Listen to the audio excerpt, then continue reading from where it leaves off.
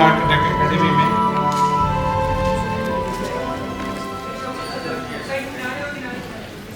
विजय बेला theatre group की तरफ से इस प्रस्तुतिकरण में आप सब लोगों का स्वागत है।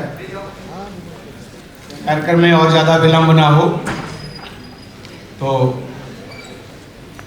मैं अनुरोध करूंगा आदरणीय श्री गिरीश चंद्र मिश्रा जी से, जो कि उपाध्यक्ष हैं ललित कला एकेडमी में।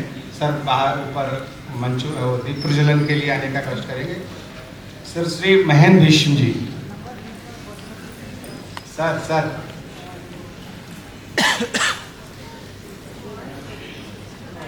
श्री संगम बहुगुणा जी वरिष्ठ रंगकर्मी जी हैं। सर आपसे भी अनुरोध है कि कृपया दीप प्रज्वलन के लिए दीप प्रज्वलन में दीजिए, इनका सहयोग करिए। शिखा मैडम जी दीप प्रज्वलन के लिए कृपया मंच पर आने का कष्ट करें। आदरणीय जयशंकर जी, आपसे अनुरोध है कि कृपया दीप प्रज्वलन के लिए हैं। श्री आदर्श गर्ग जी कृपया दीप प्रज्वलन में सहयोग भी कर दें।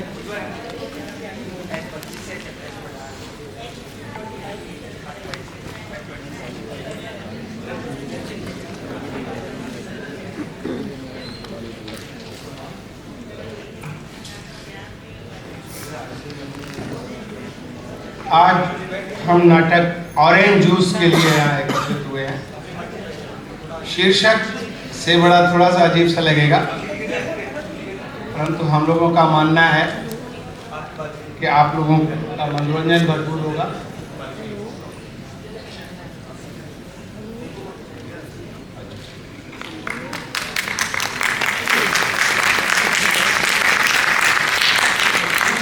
नाटक ऑरेंज जूस का विषय कुछ इस प्रकार का है कि व्यक्ति की जब अनायास स्वर्गवास हो जाता है तो उसके अंग अनावश्यक रूप से या तो जल जाते हैं या एक्सीडेंट में चले जाते हैं, या कभी अलग अलग धर्मों की अलग अलग प्रथा है, जमीन में दबा दिए जाते हैं, गंगा में प्रवाहित कर दिए जाते हैं। ये नाटक ये प्रेरणा देता है, प्रोत्साहन देता है लोगों को देहदान पर। आगे हमारी जो आने वाली पीढ़ियां हैं मेडिकल के एजुकेशन के लिए, आखिर वो कैसे पढ़ेंगे? उनके लिए देह चाहिए, शरीर चाहिए, एनाटॉमी के लिए। जब वो देह को एक्चुअली शरीर को नहीं देखेंगे अंदर से, तो कल को हमारा आपका इलाज करने में उनको समस्या होगी। कई पुराने दानी लोग ने अपना शरीर दान किया है। इस नाटक के चलते, इसको देख के, इसका मुख्य उद्देश्य आपको मनोरंजन देते हुए प्रोत्साहन करना है कि भविष्य में जहाँ तक हो सके हम अपने शरीर दान करें अपनी मृत्यु के बाद, और प्रोत्साहित करें लोगों को। तो ऐसा एक सस्पेंस से भरपूर मनोरंजन का नाटक चंद्रभाष द्वारा निर्देशित, जो कि हमारे सबके पुराने और स्नेहिल निर्देशक हैं। मुस्कुरा रहे हैं सर विश्व साहब जी और शिखा जी, आप लोगों के बहुत ही स्नेहिल हैं। उसी की स्नेह और कृपा पात्र से उस स्नेह के रूप में आज हम देख रहे हैं इस स्तर पर सब लोग पहुँचे हैं, नाटक के हमारे रंगकर्मी। और मुझे व्यक्तिगत प्रसन्नता बहुत हो रही है। मैं पिछले 3-4 बार के नाटकों में एक बार मैंने बात उठाई थी कि हम पिक्चरों में इतनी ज़्यादा पैसे देके टिकट खरीदते हैं जाके, और फिर अंदर पॉपकॉर्न और कोल्ड ड्रिंक का सब लोग अंदाज़ा लगा सकते हैं कितने का होता है। एक छोटा सा टिकट जरूर खरीदें, फ्री में देखने की आदत छोड़ दें। ये रंगकर्मी भी हैं, ये भी हमारे आपके जैसे हैं, इनको प्रोत्साहन मिलेगा। तो मैं ज़्यादा समय ना लेते हुए मैं अपने सभी कलाकारों को आमंत्रित करता हूं और आप सब लोगों के लिए प्रस्तुत है नाटक ऑरेंज जूस।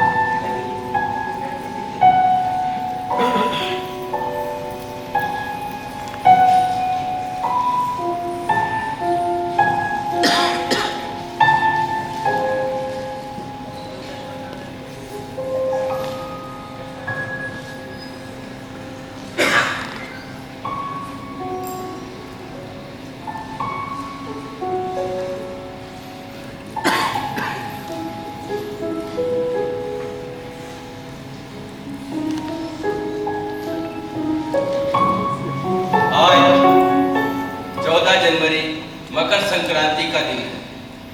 मकर संक्रांति यानी हमारे बड़े भाई साहब की सालगिरह। इस खुशी के मौके पर पूरे गांव में न्योता दिया जाता था।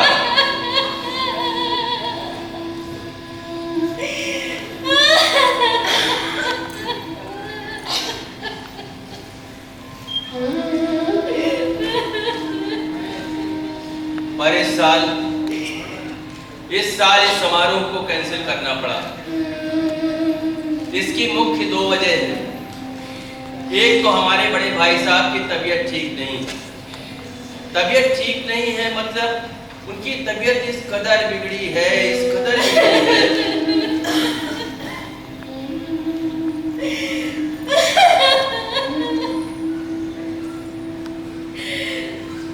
भले चंगे थे, डॉक्टर का कभी मुंह तक देखने नहीं पड़ा था।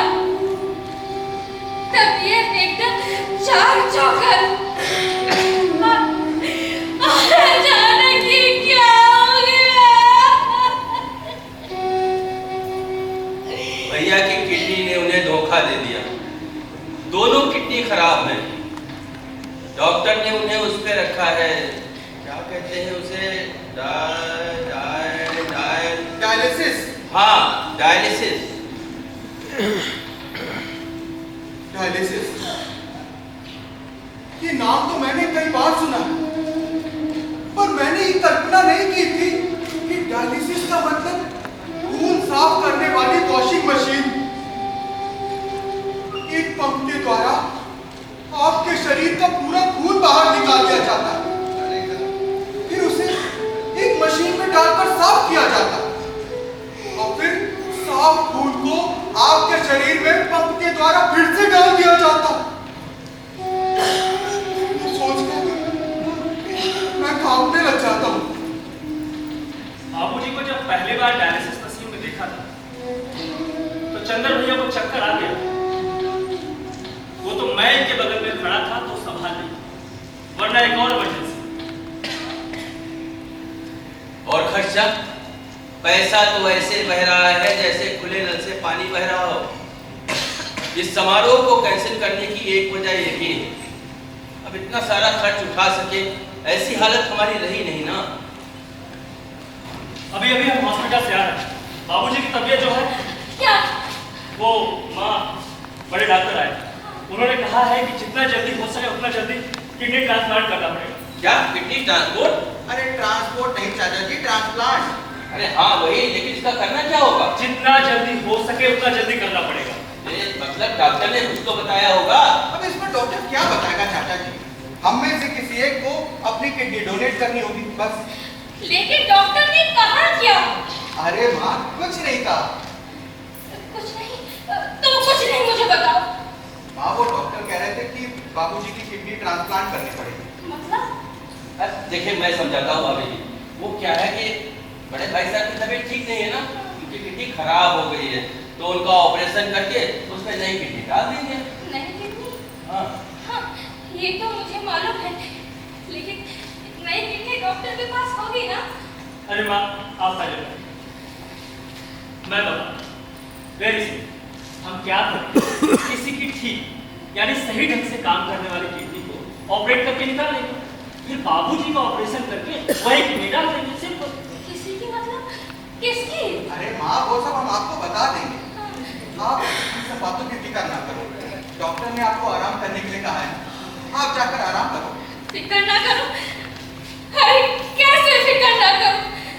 उनकी जान पर आ गई और तुम लोग कहते हो कि फिक्र ना करो। ओहो, अब रो मत, शांत हो जाओ। नहीं रोती मुझे।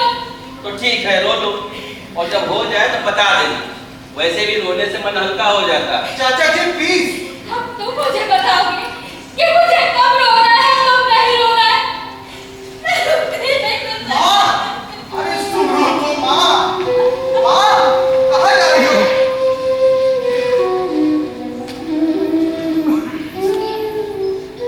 तेल का डब्बा दे दिया और ये कुछ पैसे।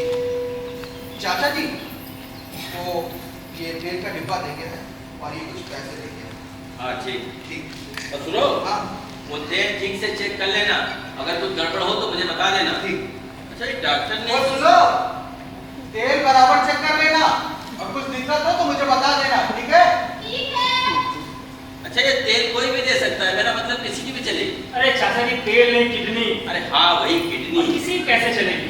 पहले ब्लड टेस्ट होगा और भी बहुत सारी जांचें होंगी, और जिसका सब कुछ मैच करेगा उसी की चलेगी। और क्या?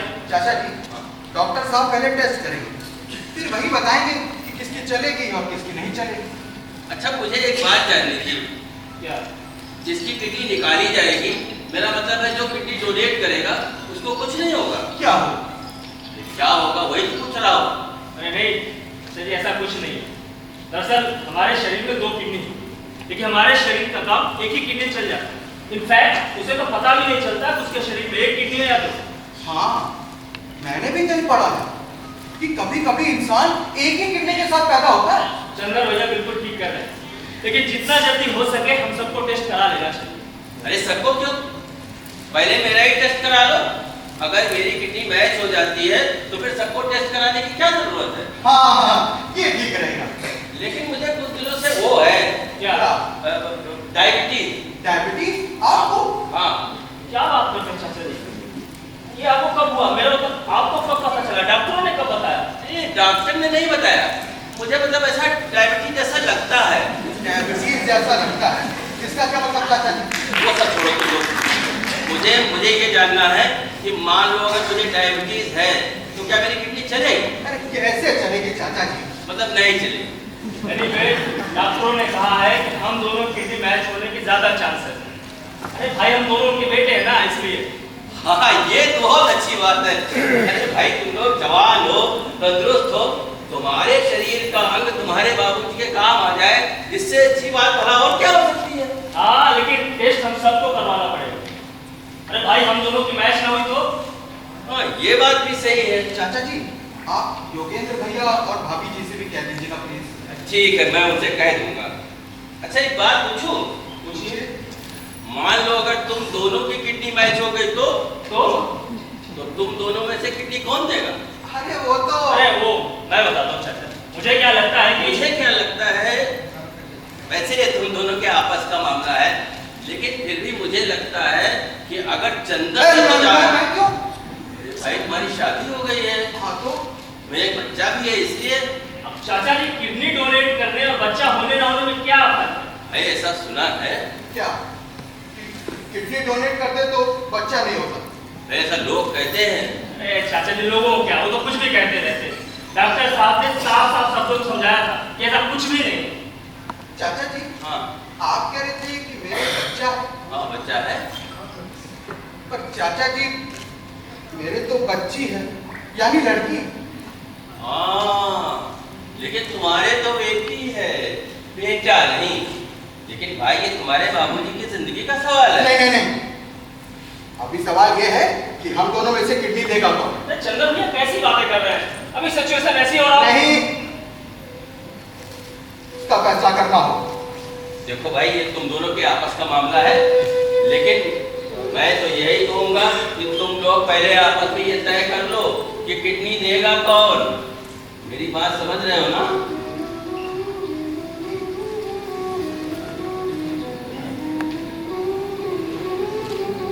क्या चंदन भैया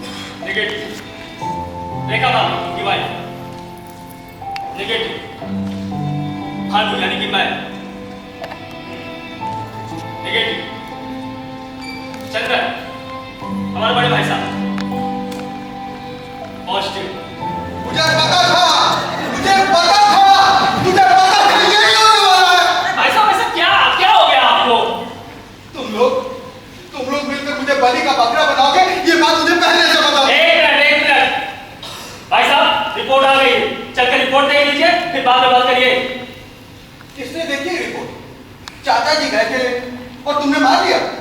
भाई साहब ऐसा कुछ नहीं है।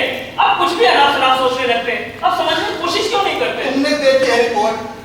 मैंने नहीं देखी है, पर मैं सपने में भी नहीं सोच सकता हूँ कि इसको लेकर कोई झूठ बोलेगा। अच्छा, आपको रिपोर्ट को लेकर डाउट है ना? आप मेरे साथ हॉस्पिटल चलिए और खुद देख लीजिए। चलिए रिपोर्ट देख लीजिए। अरे चुप कर। रिपोर्ट देख लो, रिपोर्ट देख लो। मुझे भी पता है रिपोर्ट कैसे बनती है। अरे 1500 में ऐसी कई सारी रिपोर्टें बनवा के दे सकता हूं मैं। भाई साहब ऐसा कुछ भी नहीं है, फालतू की टेंशन ले रहे हैं। तू तो इसलिए ऐसा बोल रहा है ना क्योंकि तेरा नंबर तो लगा नहीं है, नंबर तो मेरा लगा है। और इस तरह से मुझे अपना नंबर लगवाने का कोई शौक नहीं है, मैं बता दे रहा हूं।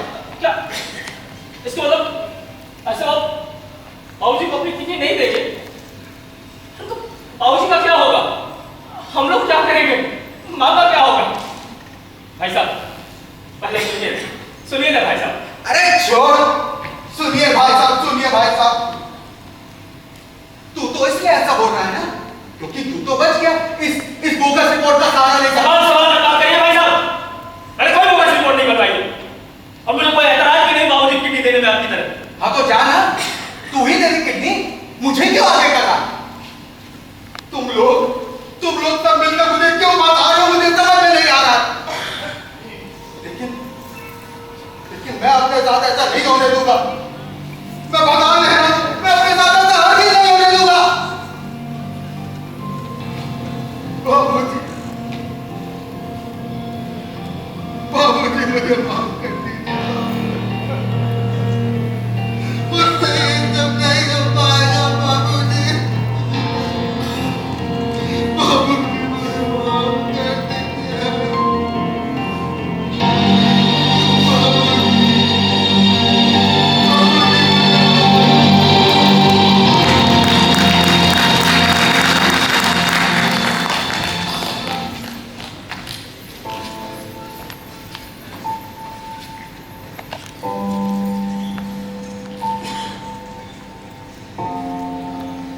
ये तो हद हो गई। अब क्या करे क्या ना करे कुछ समझ में नहीं आ रहा। ये अजीब बात है, वो 2 दिनों से घर से बाहर है और किसी को खबर ही नहीं है। रात को लौटा है तो सोचा कि हॉस्पिटल में रुक गया होगा। वो पहले भी ऐसा कर चुका है ना। अरे तो अब कहाँ है वो? अब कहाँ है? अरे डॉक्टरों ने सारी तैयारी शुरू कर दी है। बड़े डॉक्टर से अपॉइंटमेंट लेना है, सारा इंतजाम करना है। अब सबको क्या जवाब दूं? अचानक से कुछ काम निकल आया होगा, आ जाएगा। आ जाएगा? अरे कब आ जाएगा? कहीं ऐसा तो नहीं कि वो किडनी देना ही नहीं चाहता हो? नहीं, ऐसी कोई बात नहीं है। चौकीदार बता रहा था भाई साहब सूटकेस लेके बाहर निकले हैं। लो भाई साहब बाहर गांव चले गए। बाहर का? नहीं, ऐसे नहीं जाएगा वो। माँ जी, वो पार्टनर का फोन था। सिंगापुर में कोई प्रॉब्लम हुई है, ऐसा कह रहे थे। लो भाई साहब सिंगापुर चले गए। उनका जाना तय नहीं था। कह रहे थे कि जरूरत पड़ेगी तो जाना होगा। और ये सब तू मुझे अब बता रही है? अब मुझे बोलकर थोड़ी कह रहे। भाई उसने ये अच्छा नहीं किया। अरे ऑपरेशन के बारे में तो उसको पता था ना। कम से कम अपने बाबूजी की जिंदगी का तो ख्याल किया होता। अब खड़े यहाँ मुंह क्या देख रही है? जाकर कोने में मत खपी। कैसी औरत है? अपना पति कहाँ जाता है, कब जाता है, कब लौटेगा, कुछ पता नहीं। सब दुश्मन बने बैठे हैं। सबके सब दुश्मन बने हैं उनकी जान के। ठीक है, मैं जाकर डॉक्टर साहब को सब कुछ बता देता हूँ और बड़े भाई साहब को भी खबर किए देता अरे हूँ। नहीं चाचा, बाबूजी को बताने की जरूरत नहीं है। लेकिन ये अरे आप बैठिए, आ जाएगा। आ जाएगा? अरे किस गलत फहमी में रहते हो भानु? आने वाला इस तरह घर छोड़कर नहीं जाता। लेकिन ये तुम लोगों के आपस का मामला है भाई। जो मर्जी में आया करो, मैं क्या पूछूं? चाचा जी सुनिए ना चाचा जी।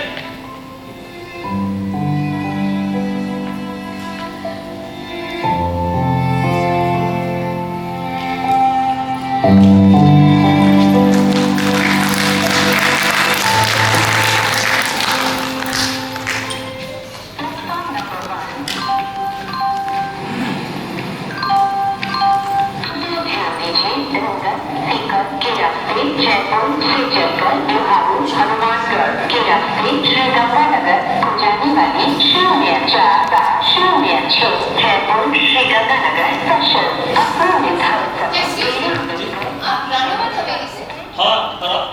Hi, मैं सलोनी कपूर एंड राजा कंस्ट्रक्शन से। Nice to meet you. Nice to meet you पर आप आपने अपना नाम नहीं बताया। Oh I am sorry, Bhanu Pratap Ranawat. Oh mister Ranawat, दरअसल ये अवस्थी जी दिखाई नहीं दे रहे? हाँ वो नहीं आए हैं। व्हाट? दरअसल उनके पैर में चोट लग गई है तो डॉक्टर ने उन्हें 10 दिन का बेड रेस्ट बोला, इसलिए उनकी जगह मैं आई। देखिए ऐसा है, ये जो मैटर है ना हमारे लिए बहुत इंपॉर्टेंट है और ये बात अवस्थी जी को 1000 बार बता चुका हूँ और फिर भी उन्हें नहीं आना था, तो ये सब करके टाइम वेस्ट करने से क्या फायदा? किसका टाइम? जी नहीं, आपको क्या लगता है कि मैं यहाँ पर अपना टाइम वेस्ट करने आई हूँ? वापसी की ट्रेन कितने बजे है? चलिए गाड़ी निकालो। जी, थैंक यू।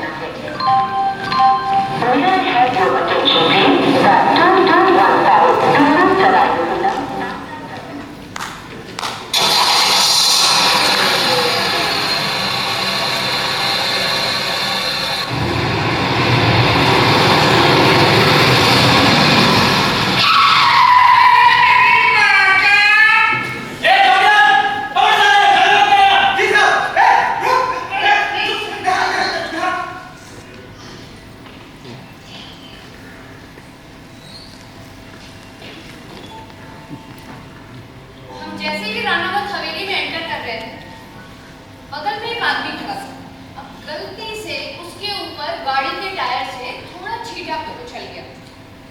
इतने में उसने इतनी गंदी गाली दी कि मिस्टर रानावत आग बबूला हो गए।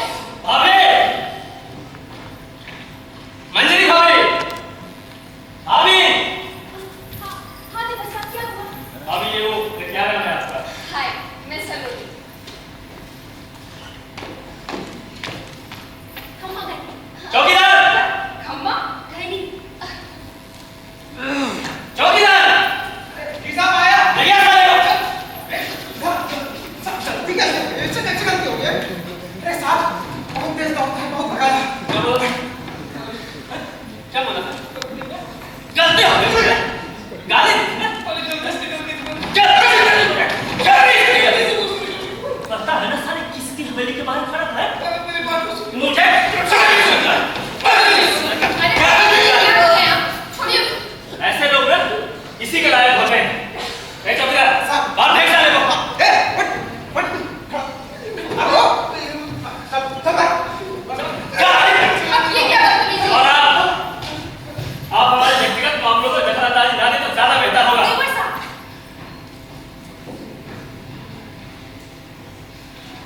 वो बेचारा मेरी वजह से मार खा गया। थारी वजह से? हाँ, तो मिस्टर रानावत ने मेरा गुस्सा उसके ऊपर उतार दिया। खैर छोड़िए, ये बताइए सूर्यवीर सिंह रानावत कौन? वो तो मेरे फादर इन लॉ। और ये मेरे हस्बैंड के छोटे भाई हैं, देवर साहब। वैसे आपके फादर इन लॉ यहीं पर है क्या? नहीं, वो बीमार है, हॉस्पिटल में। आई एम सॉरी। एक्चुअली मैं कंस्ट्रक्शन ऑफिस से हूँ, तो यहाँ पर आपको पता ही होगा कि इस हवेली को होटल में कन्वर्ट करने की बात चल रही है। आपको नहीं पता? ओह अच्छा, शायद घर के लोग आपसे इस मैटर पर डिस्कस नहीं करते। हाँ, पर आप मैं एक्चुअली वो जो कंपनी आपकी इस हवेली में इंटरेस्टेड है, हमें उसे एक प्रेजेंटेशन बना के देना है, जैसे कि ये हवेली कितनी बड़ी है, गार्डन एरिया कितना है, कमरे कितने हैं, ये जगह होटल के लिए कितनी आइडियल है, वगैरह वगैरह। सारा पेपर वर्क करना है मुझे। यही कोई 8-10 दिन का काम। बहुत सारा काम है। मुझे इसमें आपकी मदद की भी जरूरत पड़ेगी। और आपको एक बात बताऊं, आपकी इस हवेली का जो आर्किटेक्चर है ना, बड़ा ही शानदार है। और पता है, मुझे बचपन से ही पुरानी चीजें बहुत पसंद है। अरे नहीं, क्या क्या कर रही है? पूछिए। क्या वो? ये बाबूजी की कुर्सी है, आप उधर बैठ जाइए। यहाँ? हाँ। सॉरी,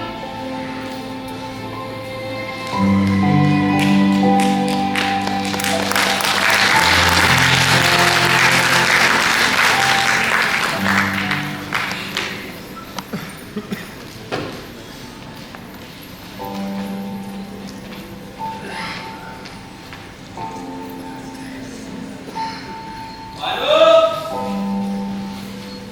भानु भानु क्या हुआ? भानु कहाँ है? सब ठीक तो है? अरे सब ठीक है, आप चिंता मत करिए। भानु कहाँ है? भानु भानु, भानु, हाँ माँ बेटा जल्दी आ। आया।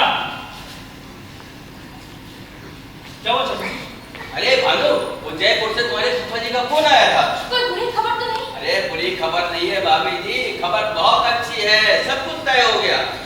सब कुछ तय हो गया? मतलब? अरे वही किडनी ट्रांसपोर्ट का। अरे चाचा जी, ट्रांसपोर्ट नहीं, किडनी ट्रांसप्लांट। अरे हाँ भाई, ट्रांसप्लांट सब बैठ गया, सारा इंतजाम हो गया। ब्लड टेस्ट हो गया?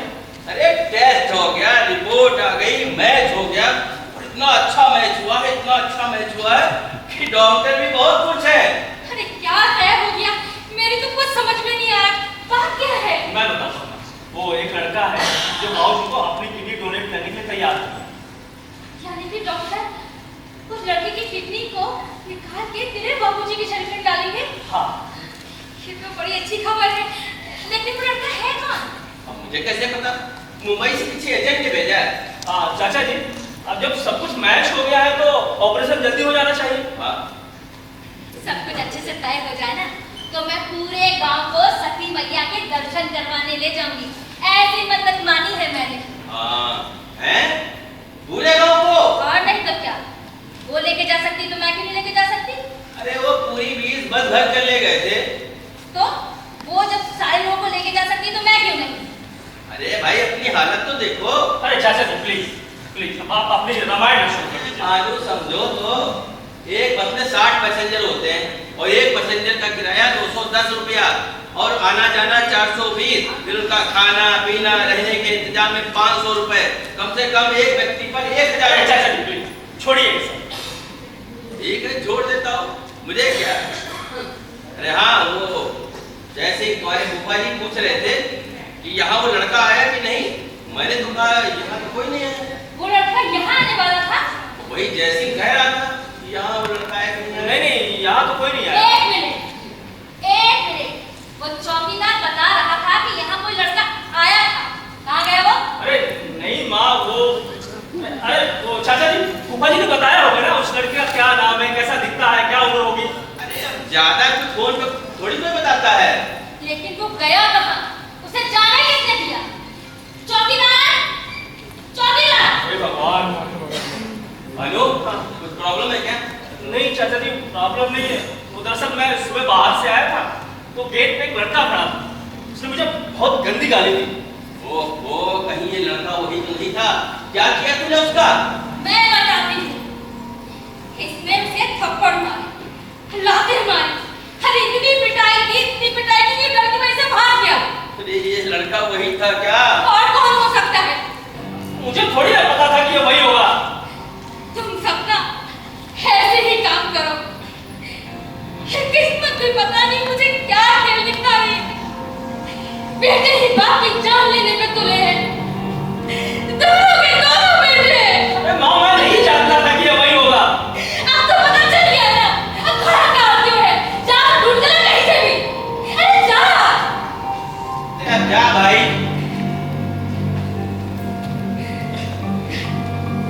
ये लड़के भी बहुत लापरवाह हो गए। उस एजेंट को 5 लाख रुपए दिए जा चुके हैं। अभी कोई लफड़ा हुआ ना तो मुश्किल हो जाएगी। और ऑपरेशन से पहले 6 लाख और देने हैं। हाँ तो देने होंगे। उनकी जान की कोई कीमत नहीं। अब हिसाब क्यों गिना रहे हैं? हिसाब नहीं गिना रहा हूँ, बता रहा हूँ। अरे रुपयों का कोई गोदाम है क्या जो उठा उठा के देते रहो? एक बार उन्हें ठीक हो जाने दीजिए, वो सब ठीक कर देंगे। अरे तब की तब देखेंगे। अभी क्या करें? अभी तो मुझे पैसों का इंतजाम करना पड़ता है, गांव से घूमना पड़ता है, लोगों से मांगना पड़ता है। और वो छोकरी आई थी मुंबई से, वो क्या कर रही थी? उसे अभी रिपोर्ट बनाने में थोड़ा समय लगेगा, कम से कम 8-10 दिन। हाँ, 8-10 दिन का समय लगेगा। तुम्हारे भाई साहब कब से कह रहे थे कि इस हवेली का कुछ करो, इस हवेली का कुछ करो, लेकिन नहीं, सब हाथ पे हाथ से बैठे रहे। राजा, तू वापस कैसे आ गया? ये माँ वो आ गए। अरे यार,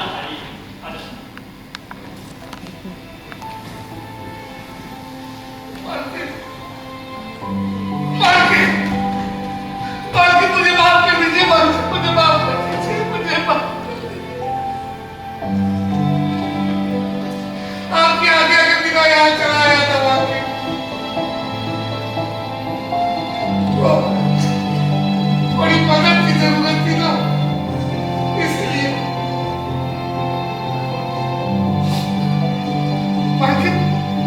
बाकी धन्यवाद मेरे की मेरे जैसा आदमी मालिक के कुछ काम आ जाएगा। मैं अपने गांव जा रहा था, माँ और पिताजी से मिलने। उनकी तबीयत ठीक नहीं है ना, तो सोचा ऑपरेशन से पहले मिल लूं। लगा था कि कुछ पैसों का इंतजाम हो जाएगा, लेकिन छोटे मालिक ने बहुत मारा। लेकिन उनकी भी गलती नहीं है मालिक, गरम खून है ना। वैसे भी मेरे जैसा आदमी तो पूरी जिंदगी बिना मतलब के मार खाता है,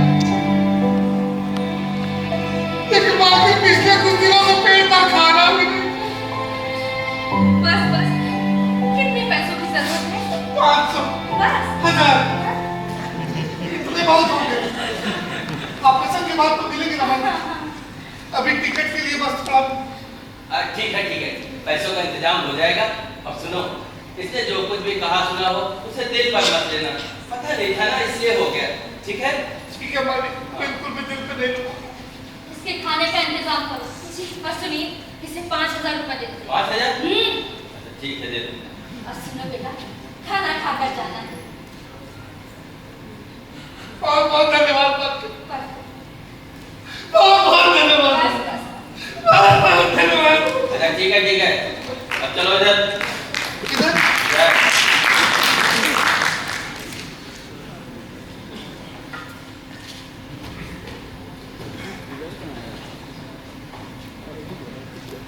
और सुन, इसका खाना हो जाए जैसे स्टेशन छोड़ा और टिकट भी कटा कर दे।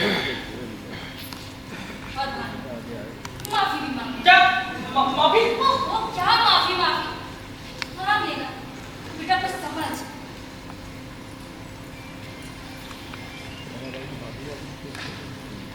और तू यहाँ क्यों खड़ी है? तुझसे कुछ कहा था ना करने को, तो जाकर करना।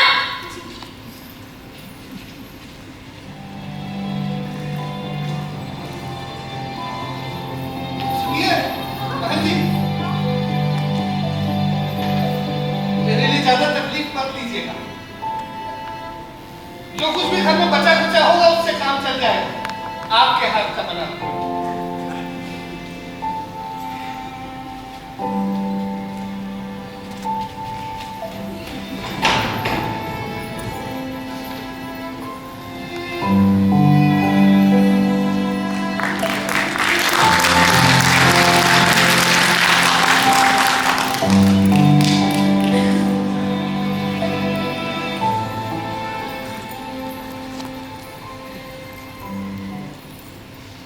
रनावत हवेली की रसोई घर में किसी भी टाइम पर 5-6 लोग खाना खा सकते हैं, उतना खाना बचता है।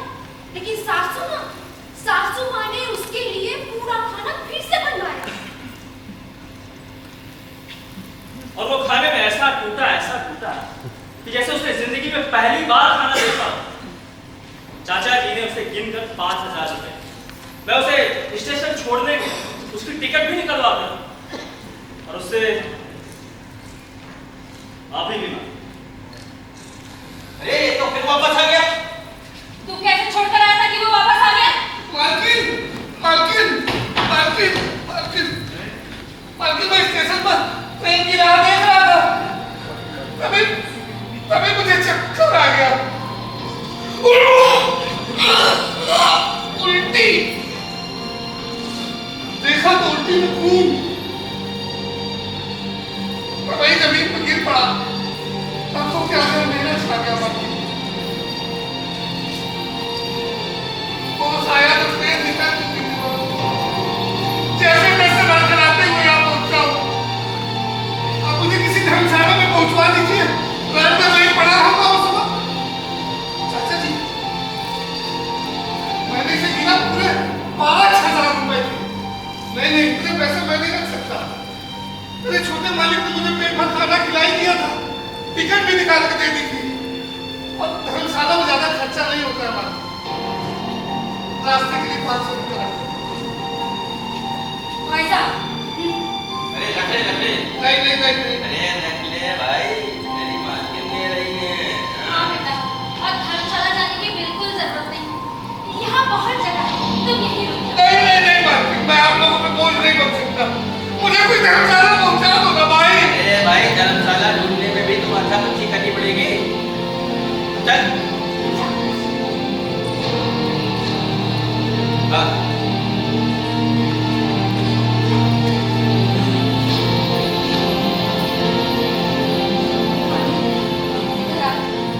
लगता है इसकी तबीयत खराब है, खून की उल्टी हुई है उसे। तो क्या? तुम लोग समझते नहीं हो? ऑपरेशन के पहले अगर उसकी तबीयत को कुछ हो गया तो सब कुछ गड़बड़ हो जाएगा। लेकिन माँ, अरे लेकिन क्या? अगर वो गांव चला गया तो उसके खाने पीने का ठिकाना नहीं रहेगा और उसकी देखभाल के लिए भी तो वहाँ कोई नहीं होगा। माँ लेकिन वो खुद ही जाना चाहता है तो क्या करे? तो ऑपरेशन के बाद चला जाएगा, इतने कुछ दिनों में कुछ फर्क नहीं पड़ जाएगा। तो मैं थोड़ी ना उसे छोड़ने जा रहा हूँ, वो खुद ही जाना चाहता है। पता है, और मेरा गरज हमको, इसलिए जाओ उसे समझा कि वो यहीं रुक जाए। समझ गया ना? ठीक है।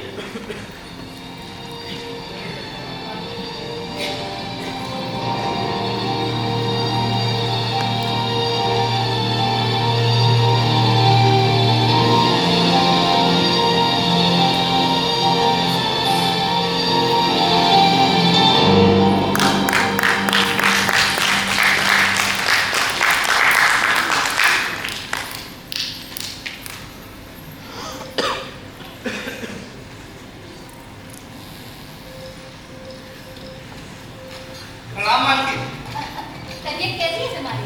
अब तबीयत एकदम अच्छी है मालकिन। तो अच्छी बात है। और बता, तेरा कमरा ठीक है ना? क्या चाचा जी, ऐसी महल जैसी मेहमान नवाजी मिले तो क्या कहना। ऐसा लगता है जैसे मेरे भाग्य ही खुल गए हो। नाश्ता किया? हाँ मालकिन, किया ना, बहुत बढ़िया किया। अब जाओ कमरे में आराम करो। चला गया माँ। मालकिन, हाँ एक बात बताओ। हाँ बोलो। ऐसे नहीं, अगर आप लोग हंसेंगे नहीं तो बताओ। नहीं ऐसे, कोई नहीं ऐसेगा, सुन लो बाजू। ठीक है चाचा जी, कोई नहीं है। तो बोल, दिल खोल कर, चल, बता। मालकिन, कल रात को मैंने एक अजीब सा सपना देखा। सपना? हाँ, सपने में मैं अपने गांव पहुंच गया। अपने घर वाली रोड पे मैं चलता जा रहा था कि अचानक मैं क्या देख रहा हूँ? क्या? मारुति। मारुति? अरे वो 800 रही हो। नहीं, मारुति, साक्षात बजरंगबली। जानते हो उन्होंने मुझसे क्या कहा? क्या कहा? उन्होंने मुझसे कहा, प्रवीण, तेरे प्रभु श्री रामचंद्र जी की तबीयत बहुत खराब है, तू जा उनके पास है। ये लंबी पूंछ, ये बड़ी सी गदा, उन्होंने मुझे अपने हथेली पे बिठाया और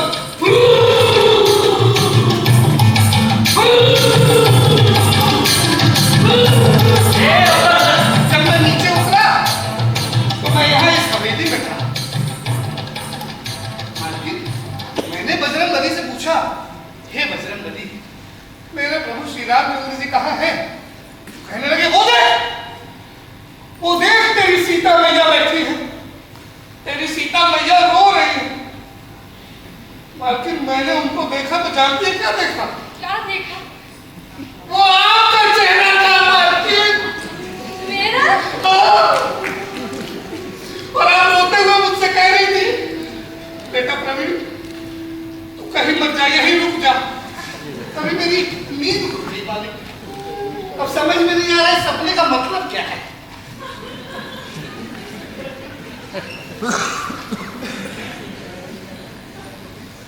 इसका नाम प्रवीण कोटवा है। उदयपुर के पास गुजरात के किसी गांव का रहने वाला है। इसके पिता शिल्पकार थे। मंदिरों में मूर्तियों को गढ़ना इनकी विशेषता है। हाँ मालकिन, लेकिन अब मंदिर ज्यादा बनते नहीं है तो काम ज्यादा रहता नहीं है। तो जो थोड़ा बहुत काम मिलता है उसमें पैसे ना के बराबर रहते हैं। मेरे तो पिताजी की आंखों की रोशनी भी कम होने लगी है। तुम भी शिल्पकार हो? हाँ मालकिन, लेकिन ना मुझे बचपन में वो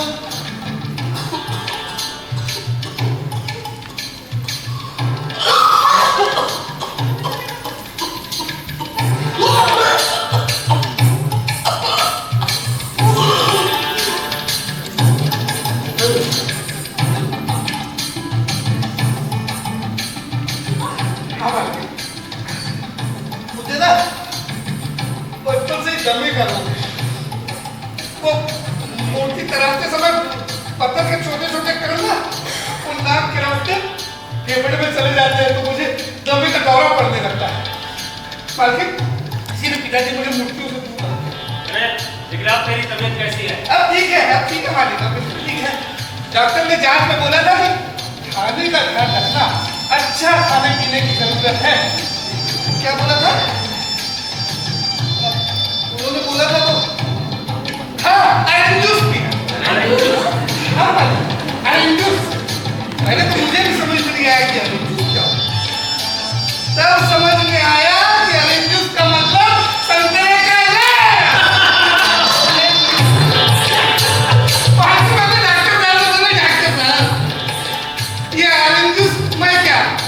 पिताजी भी सपने में भी देखी है, तो डॉक्टर साहब भी हमने लग गए।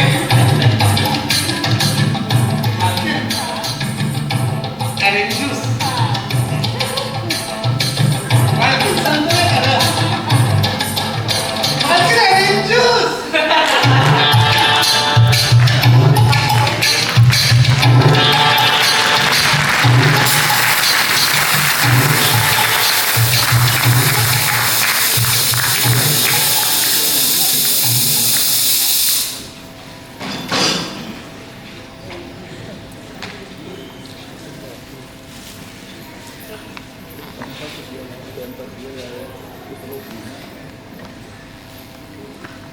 फिर वो यहाँ हवेली में ही रुक गया।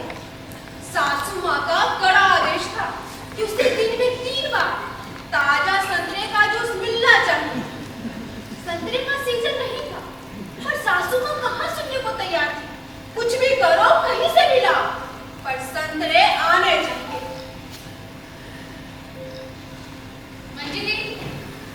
मंजरी, ये मैं क्या सुन रही हूँ?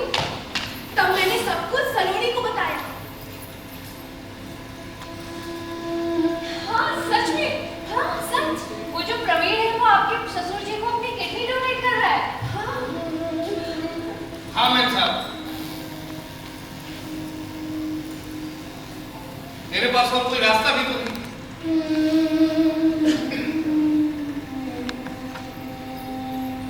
मतलब? सब आपने गरीबी नहीं देखी है ना, इसीलिए जेब में पैसा ना होने की बेबसी क्या होती है ये आपको नहीं पता। ये बेबसी ही है जो इंसान से ये सब करवाती है। आई एम सॉरी। कोई बात नहीं, इलाज का पैसा ना हो पाने की वजह से मेरे पिताजी अंधे मन के करीब एक घर खरीदा था जो दीपकों की वजह से खोखला हो गया, कभी भी गिर सकता है।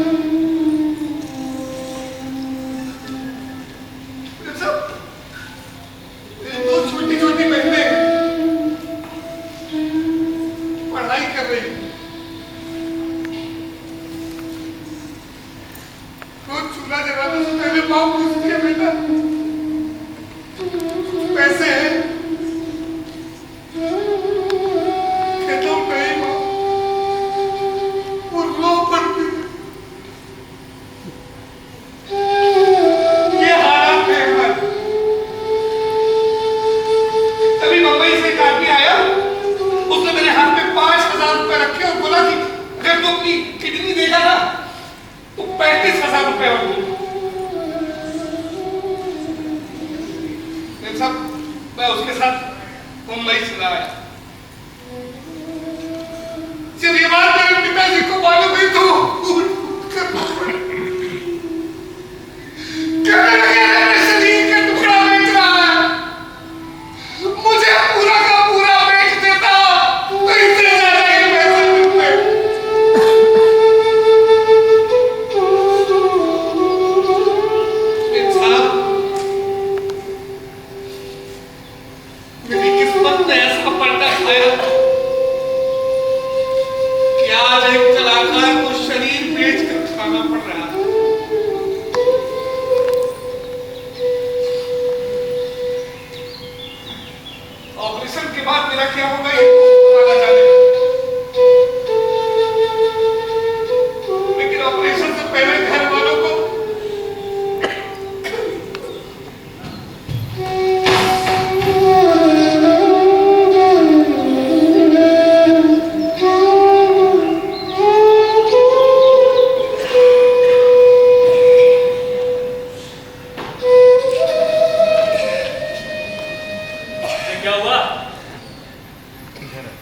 आप लोगों को पता भी है कि आप लोग क्या कर रहे हैं? क्या? ज्यादा अनजान मत बनिए। आप लोग उस बेचारे प्रवीण की किडनी ले रहे हैं। एक्सक्यूज मी, हम लोग उसे फोर्स नहीं कर रहे हैं, वो खुद अपनी किडनी डोनेट कर रहा है। डोनेट? वो डोनेट नहीं, अपनी किडनी बेच रहा है। हाँ पता है, सो व्हाट? पता है? फिर तो आपको ये भी पता होगा कि वो अपनी किडनी क्यों बेच रहा है। हाँ पता है, जब कोई व्यक्ति अपने आर्गन बेचने के लिए बाहर निकलता है तो जाहिर सी बात है, उसके हालात अच्छे नहीं होंगे। I am shocked mister Ranaut, आप लोगों को उसकी जरा सी भी परवाह नहीं है। परवाने से क्या मतलब है?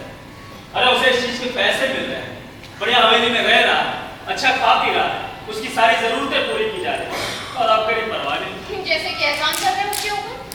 ये सब कुछ आप लोग अपने स्वार्थ के लिए कर रहे हैं, और वो भी खाली तब तक जब तक उसका ऑपरेशन नहीं हो जाता। अरे आप लोग उस बेचारे को सिर्फ 40,000 रुपए दे रहे हैं। क्या?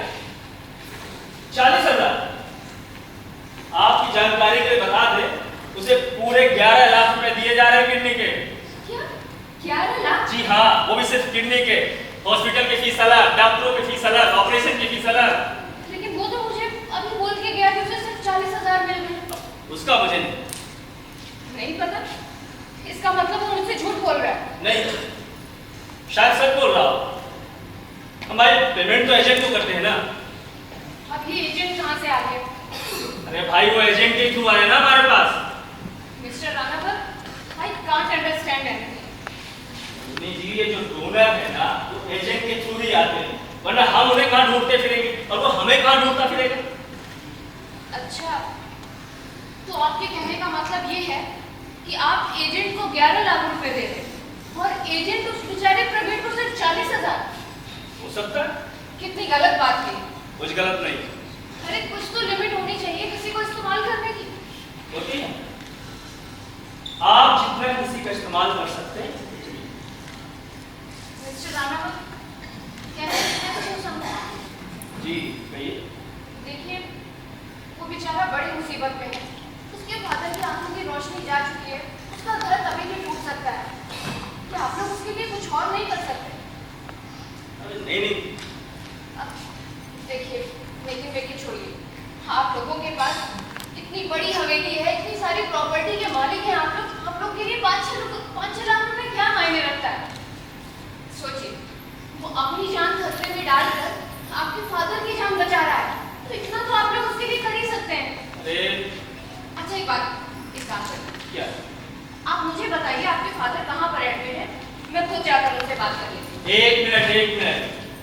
इस समय में आपको हमें ऐसा नहीं लगता कि आप कुछ ज्यादा इंटेलिजेंट बन गए? अभी तक आपको हमारी सिचुएशन का अंदाजा हो जाना चाहिए। ये सारे खर्चे उठा पाना हमारे लिए बड़ी मुश्किल होती जा रही है। और आपको क्या लगता है आप यहाँ क्यों आए? और हम लोग इस हवेली के गेट पे होते हैं तो काले क्यों होते? मैडम थोड़ा हमारे पॉइंट ऑफ व्यू से सोचिए ना। मिस्टर रानावत, मैं आप ही के पॉइंट ऑफ व्यू से सोच रही हूँ। कोई पॉइंट ऑफ व्यू से नहीं सोच रही है आप। तेवर साहब, अब ये क्या है? ये मेरे किडनी नहीं भाभी, मैं नहीं दे सकता। इन्हें बेच के जो कुछ भी मिले उसे दे दो। भाभी आप ये कहते घर में रख ही लेते हैं। इन्हें बेच कर उसे पैसे दे दो तो बेचारे गरीब की मदद हो जाएगी। नहीं भाभी। तेवर साहब, कुछ रखिए।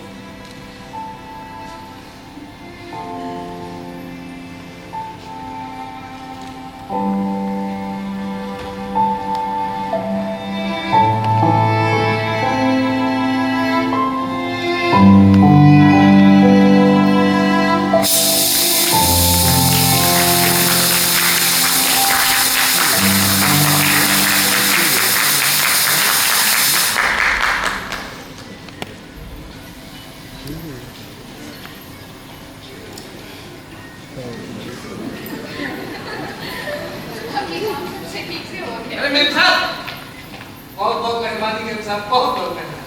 नहीं, इसमें मेहरबानी की कोई बात नहीं है। अच्छा एक बात बताओ, तुम उन पैसों का क्या करोगे? मेरे साहब, जब मेरा ऑपरेशन हो जाएगा ना और डॉक्टर साहब मुझे छुट्टी दे देंगे तो सबसे पहले देवी माता के मंदिर में जाकर पूजा करवाऊंगा और आप लोगों के लिए आशीर्वाद मांगूंगा। अरे नहीं, हम तो सिर्फ इतना चाहते हैं कि तुम्हारे फादर की आंखों का ऑपरेशन हो जाए और तुम्हारा घर बन जाए। नहीं नहीं मैम साहब, हमारी तो इच्छा है कि सबसे पहले मालिक ठीक हो जाए, फिर से चलने फिरने लगे। बाकी सब तो तकदीर का खेल है मेरे साथ।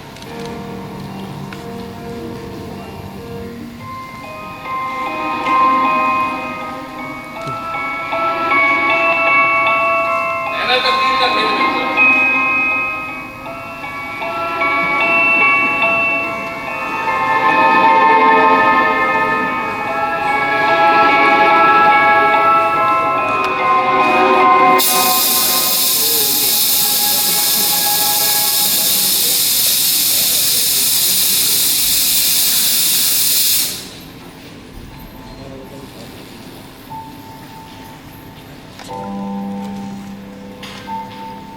डॉक्टर आज से फोन करने वाले हैं फाइनल चेकअप के लिए। अगले महीने ऑपरेशन को मंजूरी मिल जाएगी और फिर ऑपरेशन की तैयारी। लेकिन ये फिर गायब किधर हो गया? उस एजेंट से कुछ कांटेक्ट हुआ क्या? हाँ, कह रहा था उसे खुद कुछ पता नहीं।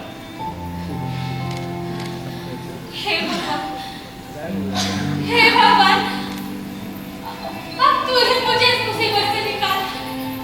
इन लोगों को तो उनकी जान लेकर ही चैन मिलेगा। उठा ले, पहले उन्हें और फिर मुझे। उनकी भी छुट्टी हो जाए, मेरी भी।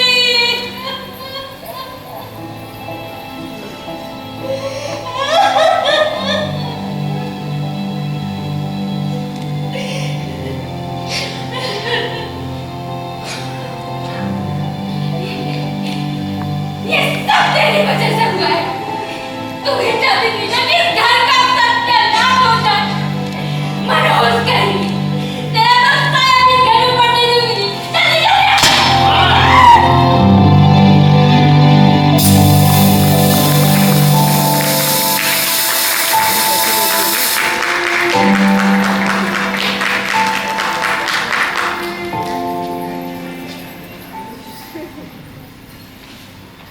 जल्दी चार दिन हो गए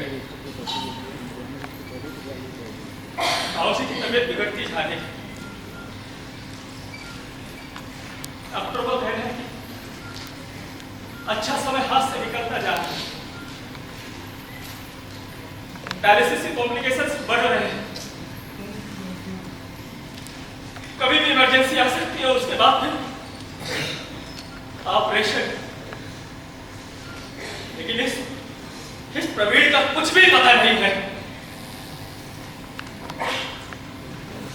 वो एजेंट पूरे 11 लाख रुपए लेकर बैठ गया है और हाथ ऊपर कर कहता है, हे जानो थारो काम जाने मैं क्या करूं।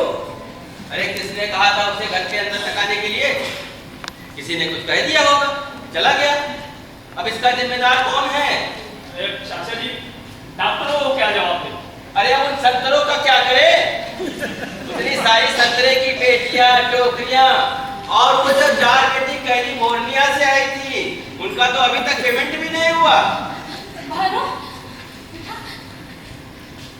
तूने तो सब कुछ नहीं कहा ना? टाटा फटकारा तो नहीं था ना?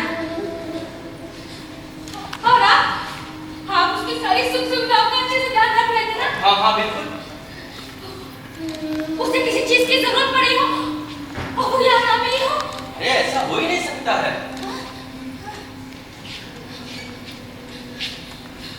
और तू उसके खाने पीने का अच्छे से ध्यान रख रही थी ना? जी। ऑरेंज जूस सुबह दोपहर शाम 3 बार दे रही थी ना? जी। क्या कहती है तू? क्यों चला गया वो? बता ना, क्यों चला गया? भानु, क्या कहता है? बेटा वो क्यों चला गया? अरे माँ, क्या पागल सा लगा रखा है? एक ही सवाल बार बार पूछे जा रही है।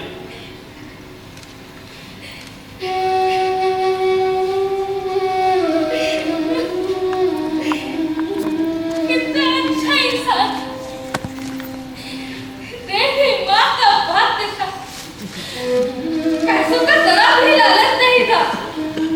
देखा, भाई साहब ने उसे पूरे 5,000 रुपए दिए, लेकिन उसने लौटा दिए ना भाई साहब। हाँ लौटा दिए। तो वो क्यों चला गया?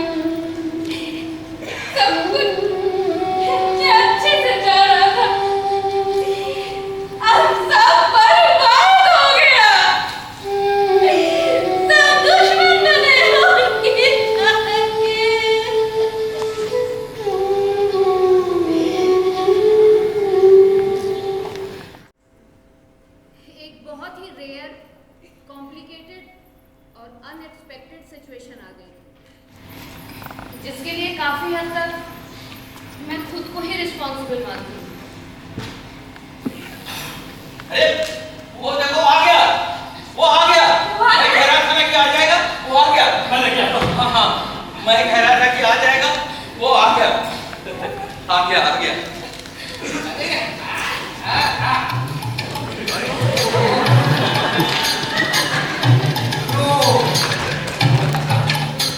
आप समझा दो ना पिताजी को। हाँ, तुमने कह दो एक हफ्ता और रुके, फिर मैं जब वापस आऊंगा तो सब ठीक कर दूंगा। चिल यार, परेशान होने से क्या फायदा। हाँ, पिताजी को बोल दो जितना भाग्य में लिखवा के आए उससे ज्यादा नहीं हो। ये बात उनके गले में शीशे की तरह उतर जाए। हाँ, ओके। अरे तो कॉल कर देना भाई। उनको दिलवाया है ना नया फोन, तो घोड़ा खाए हुए सेब के निशान वाला। हाँ, उससे कॉल करना। ओके।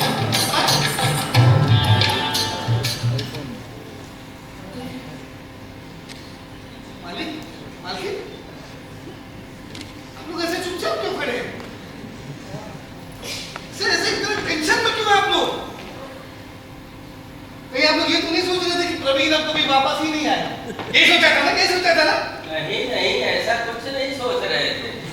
अरे बालू, ये चाचा, वो कौन था जिसने फिल्म देवदास बनाई थी? कहीं उसने तुझे अपनी नई फिल्म में साइन तो नहीं कर लिया? क्या चाचा जी, हम जैसे को कौन देता है फिल्मों में काम? चाचा जी, हाँ। क्या है ना, वो ताजमहल में कोई फिल्म बना जिसमें उससे कुछ मिस्त्री चाहिए मार्बल काटने के लिए। अच्छा अच्छा। देख रहे हो मालकिन कैसे मेरा मजाक बना रही हो? कहाँ चला गया था तू? मालकिन मैं हाँ, मैं देवी माता के मंदिर गया था। एकादशी के दिन मंदिर जाऊंगा ऐसी मन्नत मांगी थी मैंने। कैसे बनना? मालकिन मैंने एक सपना देखा। हाँ, सपना। सपने में मैं पोपट हो गया। क्या? तेरा पोपट हो गया था? नहीं नहीं नहीं, मैं पोपट में परिवर्तित हो गया था। हरे हरे पंख, लाल चोंच। मालकिन मैं सपने में ही इतना कर गया था कि मैंने देवी माँ से मन्नत मांग ली कि हे देवी माँ, अगर मैं वापस इंसान बन गया तो मैं 108 नारियल एकादशी के दिन आपके मंदिर में चढ़ाऊंगा। मुझे देवी माता ने दर्शन दिए सपने में। पचाती मालकिन क्या कहा? उन्होंने कहा, ए प्रवीण, ए बेवकूफ, समझ। मतलब समझ इस सपने का कि मैं समझाऊं। समझाया नहीं सकने का मतलब? हाँ मालकिन, समझाया ना। वो कहने लगी, प्रवीण बेटा वो कहानी जानता है, इसमें एक राजा की जान एक पोपट के अंदर होती है। जब पोपट गिरता है तो राजा को तकलीफ होती है। जब पोपट को कुछ नहीं होता है तो राजा की आंखों में आंसू आ जाते हैं। जब पोपट का जरा घोट दो तो समझ में आया? आपको कुछ समझ में आया? मेरे भी कुछ समझ में आया। तो मैंने देवी माँ से कहा माता समझाइए, तो उन्होंने कहा बेटा प्रवीण, पोपट जिस शरीर में तू अपने मालिक की जान लेके घूम रहा है उसकी देखभाल करता है कि नहीं? मैंने कहा अरे देवी माँ, करता हूँ, बिल्कुल करता हूँ। दिन में 3 टाइम ऑरेंज जूस पीता हूँ। कहने लगी अच्छा वो तो तू पीता है, लेकिन खाने का क्या करता है? मैंने कहा अरे मेरी मालकिन जो देती है वो खा लेता हूँ। तो देवी माँ कहने लगी अरे ऐसे काम नहीं चलेगा, ऐसे शरीर की देखभाल नहीं हो पाएगी, अपनी पसंद का। मैंने कहा देवी माँ, मैं कोई अपने ससुराल में थोड़ी रहता हूँ कि मेरी पसंद का खाना बना के मिलेगा। तो देवी माँ गुस्सा हो गई, कहने लगी ठीक है तू जाने और मेरा मालिक जा। समझ गया मैं तेरा सपना, बराबर समझ गया। लेकिन इसीलिए आज मैं एकादशी के दिन 108 नारियल मंदिर में चढ़ा के आया हूँ। अच्छा किया। मालकिन, थक गया हूँ, अपने कमरे में जाकर बहुत परेशान हूँ।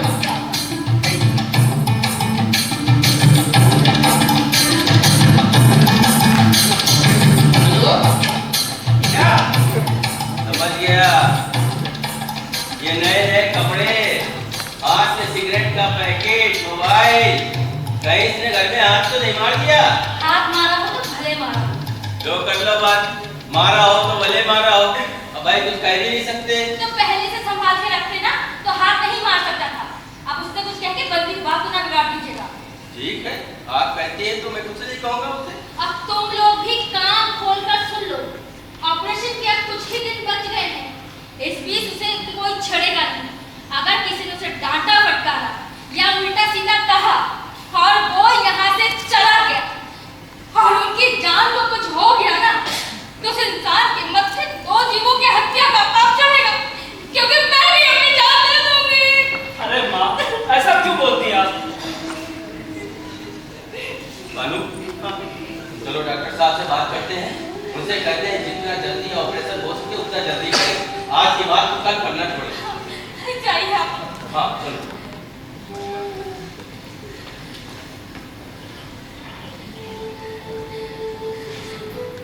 और तू भी कान खोलकर सुन। आज से इस घर में उसकी पसंद का उससे पूछकर खाना बनेगा। अगर खाने पीने में उसको कोई भी शिकायत हुई ना तो तेरी खैर नहीं, समझी? समझ गई।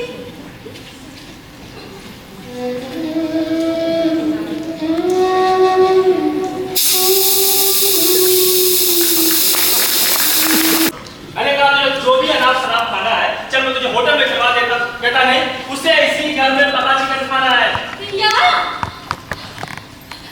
इस घर में? अरे मैंने उसे कितना समझाया कि इस घर में मीट, मछली, अंडा तो क्या कभी लहसुन प्याज तक नहीं आया, लेकिन वो अपनी जिद लिए बैठा और कहता है कि मैं बाहर का कैसे खा लूं अगर मेरी तबीयत खराब हो गई तो। इसीलिए यही की रसोई घर में पका चिकन खाना है उसे। और कह रहा है कि अगर यहाँ चिकन नहीं पकेगा तो वो कुछ भी नहीं खाएगा।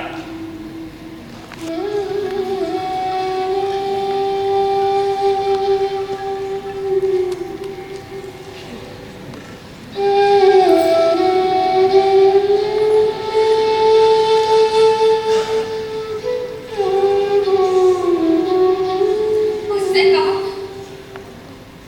इंतजार करे। क्या तैयार हो रहा है। इस घर में, इस घर के रसोई घर में चिकन पकेगा? हाँ, इस घर में, इस घर के रसोई घर में।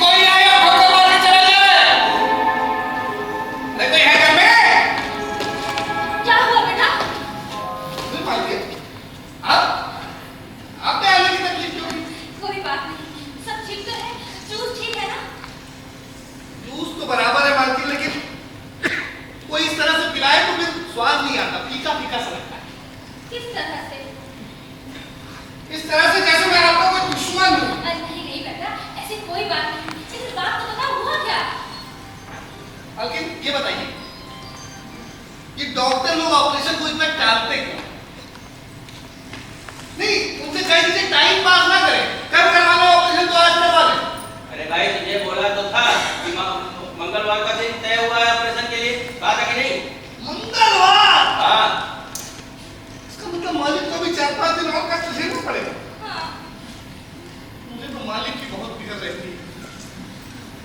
मंत्री डॉक्टरों का, इनके बात का क्या जाता है? खर्चा तो हमें आपको भुगतना पड़ता है ना। बात तो तुम्हारी बिल्कुल सच है। अरे ठीक है, मैं डॉक्टर से आके कहूंगा कि जितना जल्दी हो सके करो भाई। लेकिन छोटे मालिक से भी मेरी एक विनती है, हो सकता है कि मुझसे कुछ गलती हो गई, लेकिन फिर भी मैं इनका दुश्मन थोड़ी ना हूँ। भाई हम मैंने क्या कर दिया? आपको कुछ करने की जरूरत थोड़ी ना। क्या किया तूने? अरे माँ, मुझे खुद नहीं पता कि मैंने क्या किया है। अरे मालकिन, हम पहले छोटे आदमी, हमारी हैसियत क्या है, लेकिन फिर भी इंसान हूँ कि नहीं हूँ ये बताइए। कोई सामने से चला जाए और इस तरह व्यवहार करे जैसे मैं कोई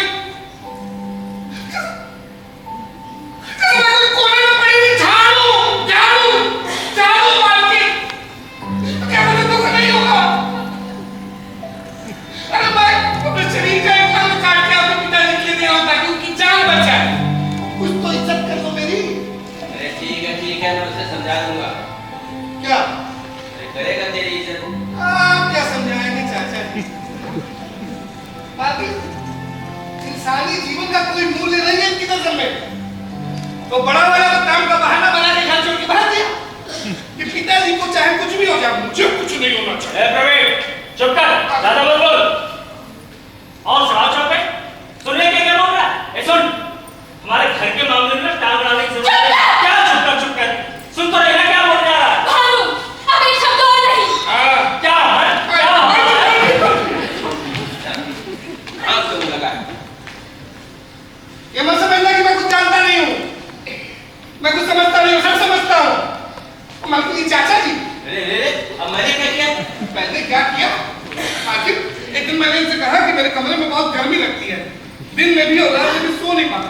जानती मुझसे क्या कहते हैं? क्या कहते हैं? कहते हैं बेटा गर्मी का मौसम है, कैंसिल थोड़ा ही कर सकते हैं। जानती मुझसे हंसते हुए क्या कहते हैं? क्या कहते हैं? कहते हैं, अरे बेटा प्रवीण, मैं कोई भगवान का रिश्तेदार थोड़े ही हूँ कि 2-3 महीने गर्मियों के कैंसिल करवा दूं। अरे बेटा प्रवीण, वो तो मैंने मजाक किया था। मजाक किया था, लेकिन ये तो नहीं कहा चल बेटा अंदर एयर कंडीशन वाले कमरे में ले चलता हूँ, ये तो नहीं कहा। पर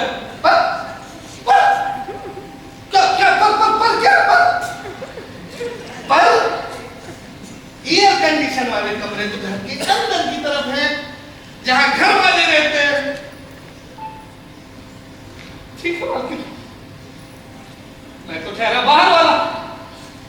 ठीक है। क्या है? अरे देखिए घर वाले, अरे इससे अच्छे तो हम बाहर वाले हैं ना, तो कम से कम किसी के काम तो आते हैं। घर वाले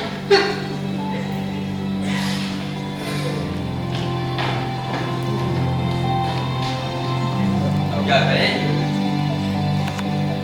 कुछ ऑपरेशन तक की ही बात है ना। अरे बात तो 4-5 दिन की है, लेकिन कुछ नहीं। क्या? उसे हवेली के अंदर? हाँ। ठीक है, आप कहती हैं तो ठीक।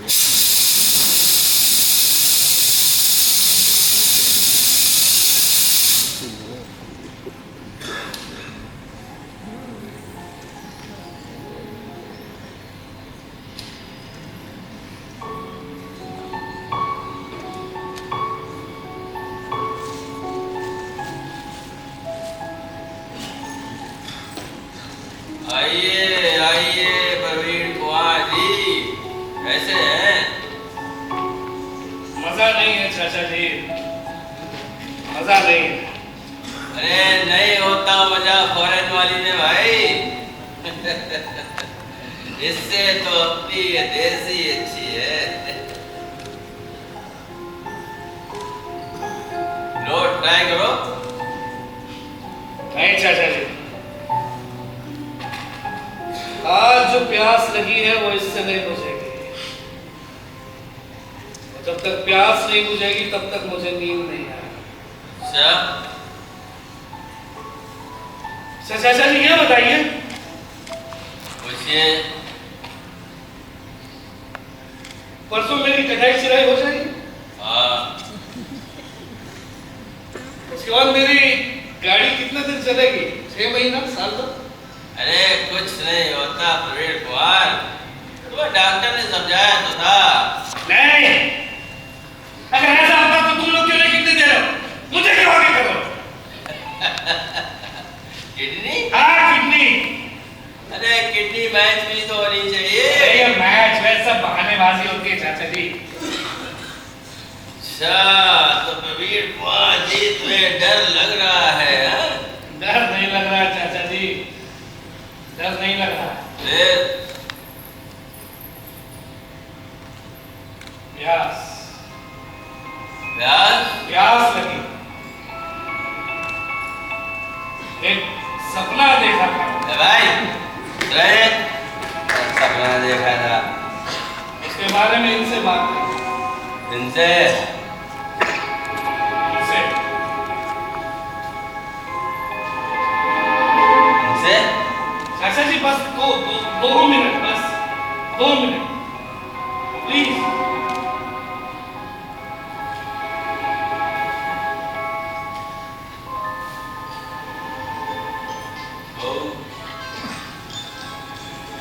इसका कोई 2 मिनट का सपना है, सुन लो। परसों ऑपरेशन है, डॉक्टर ने सारी तैयारी कर ली है। सिर्फ 2 मिनट। थैंक यू चाचा जी, थैंक यू।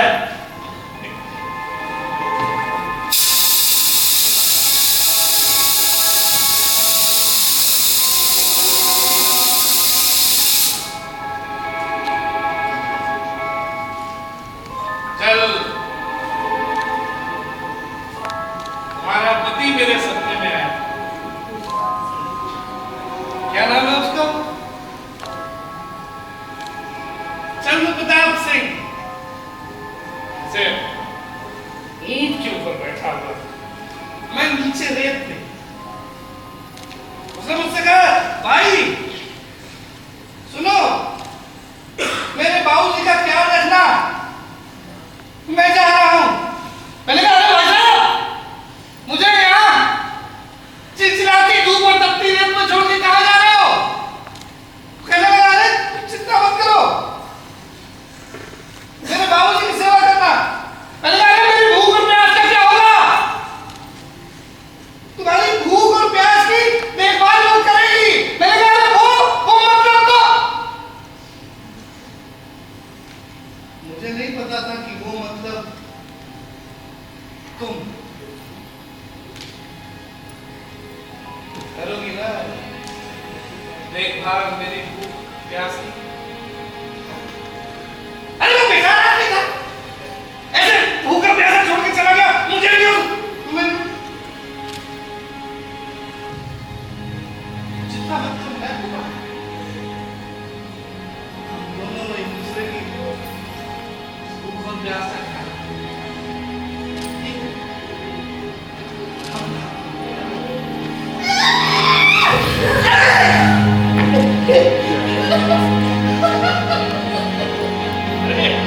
बहुत दम है तेरे में, बहुत दम है। साला नहीं करेगा तुझे।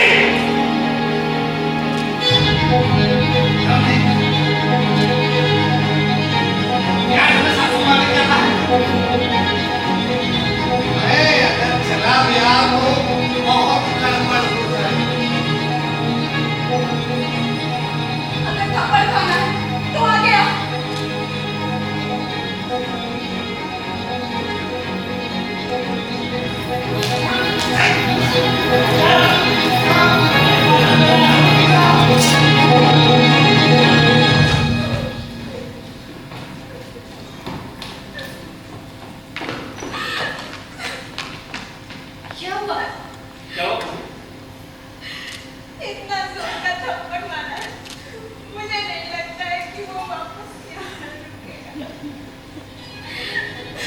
क्या किया भाभी आपने?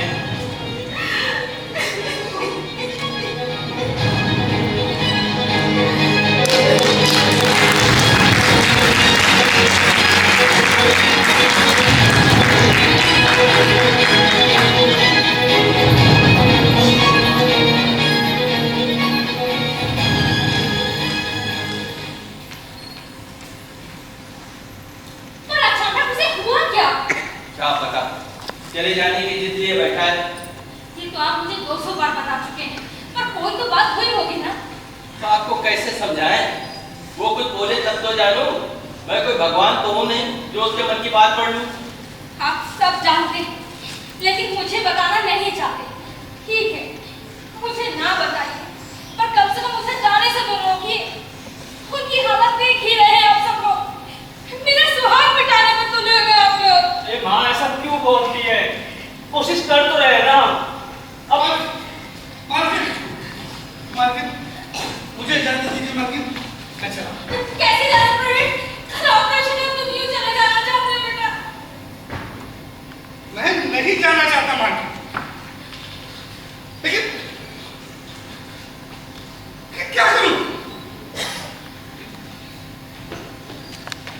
मैं थोड़ी चला जाऊंगा अच्छा बेटा, मार्केट। ये बताइए,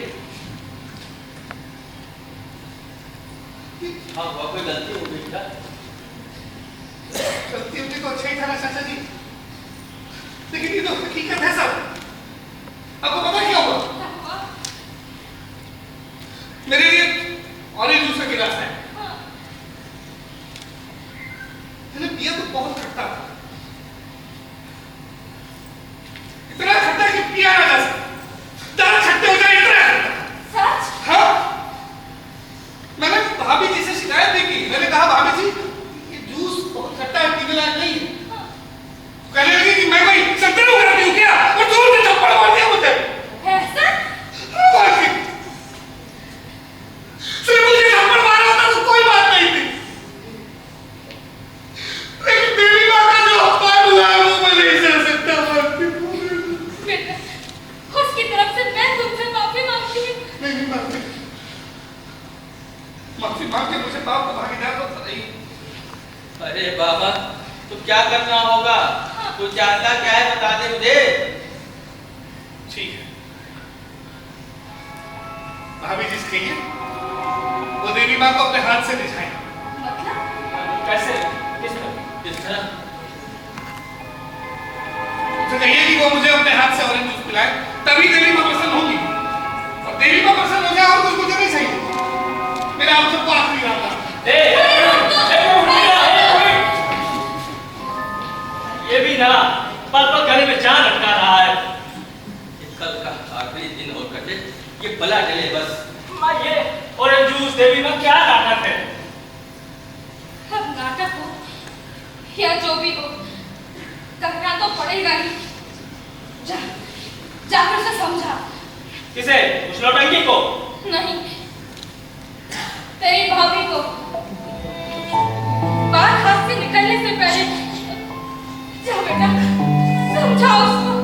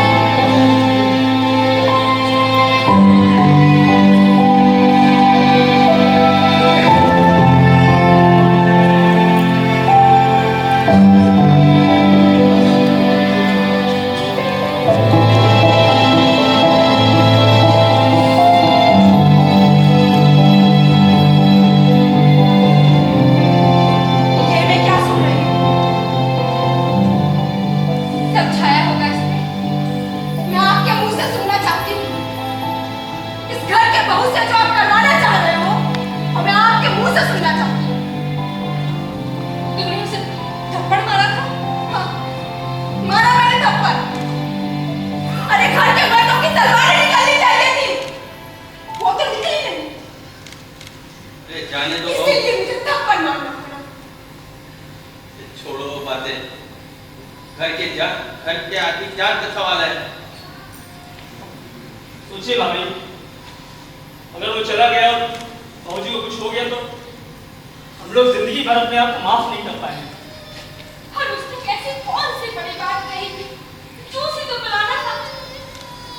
देखो अपने ससुर की हालत तो देखो, करना पड़ता है त्याग घर के आदमी के लिए। ना तो संभाल ही सकती है ना।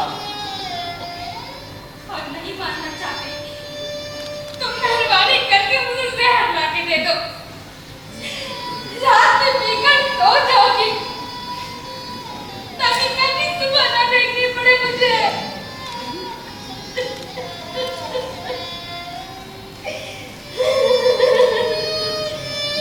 मतलब आप लोग जो मुझसे करवाना चाहते वो मुझे करना ही होगा। तो मुझे ये भी बता दो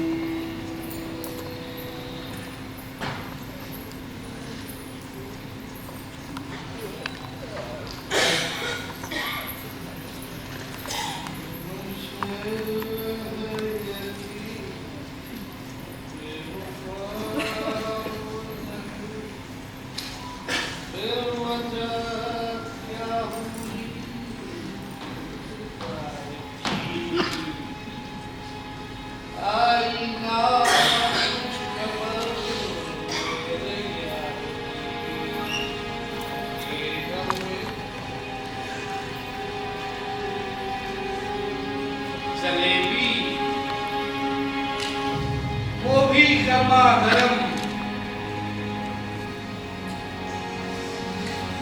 अब सपने में तेरा पति आएगा तो उससे कह दूंगा कि प्यास बुझ गई, हम दोनों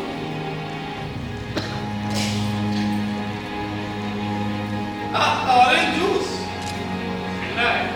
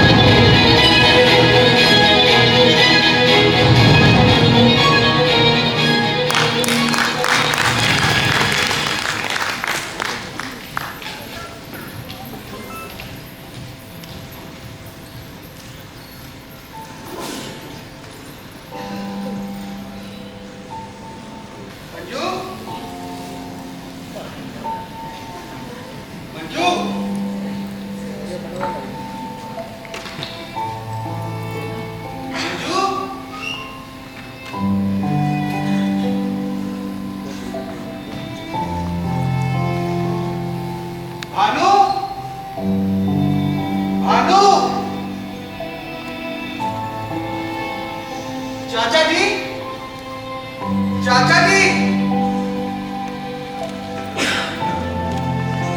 माँ, माँ, मंजू, ओ मंजू, मंजू, मंजू, मंजू, देखो मैं आ गया।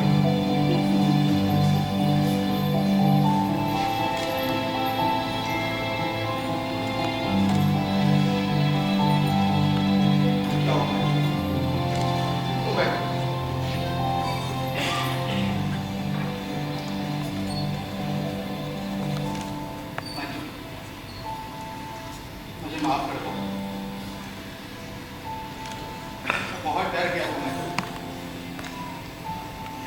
मुझे पता है कि मुझे तुम्हें ऐसी हालत में छोड़कर नहीं जाना चाहिए था, पर मैं क्या करता मंजू, मैं बहुत ज्यादा डर गया था। किडनी डोनेट करना ये सब मेरे लिए नॉर्मल नहीं था, और मुझे पता चला कि कोई और किडनी दे रहा है। मंजू, मुझे अंदर ही अंदर एक बात बहुत खाई जा रही है कि मैं बेटा होकर अगर अपने बाबूजी को किडनी डोनेट नहीं कर सकता तो हमें क्या हक बनता है किसी और से किडनी लेने का। और मंजू, वो जो किडनी डोनेट करने के बाद बच्चा न होने वाली बात थी ना, वो सब बकवास बातें थी, सब झूठ था। मैं उस समय भी ये सब जानता था मुझे, और मैं बहुत डर गया था। पर अब नहीं, अब मैंने फैसला कर लिया कि अपने बाबूजी को किडनी मैं डोनेट करूंगा। मैं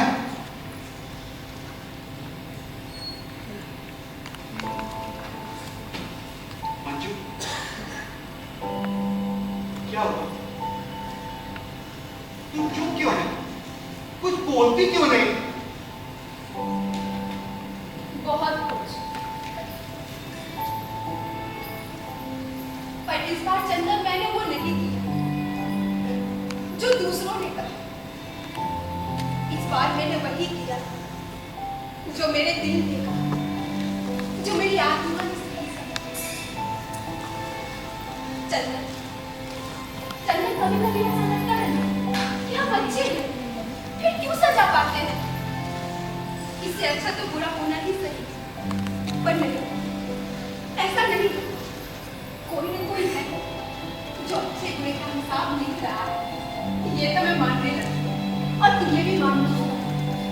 मंजू, तुम यहाँ बैठो। कैसी बातें कर रही हो मंजू?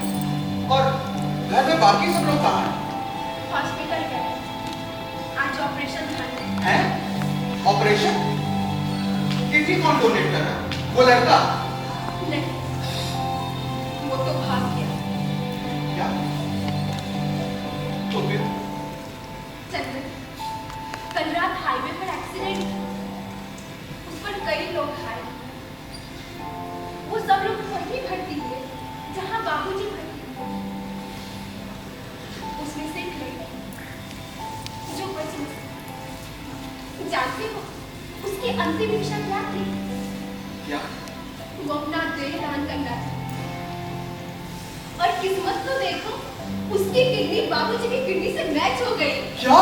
सच? हाँ ये तो कमाल हो गया। चंदन, मैं कहती थी ना, कोई ना कोई है जो अच्छे बुरे के हिसाब नहीं। पता है चंदन, वो लड़की मरते मरते 4 लोगों की जान बचाई, और अब वो चारों में वो जिंदा रहे। हाँ मंजू, तुम बिल्कुल सच कह रही हो। चंदन, एक बात पूछूं? पूछो ना।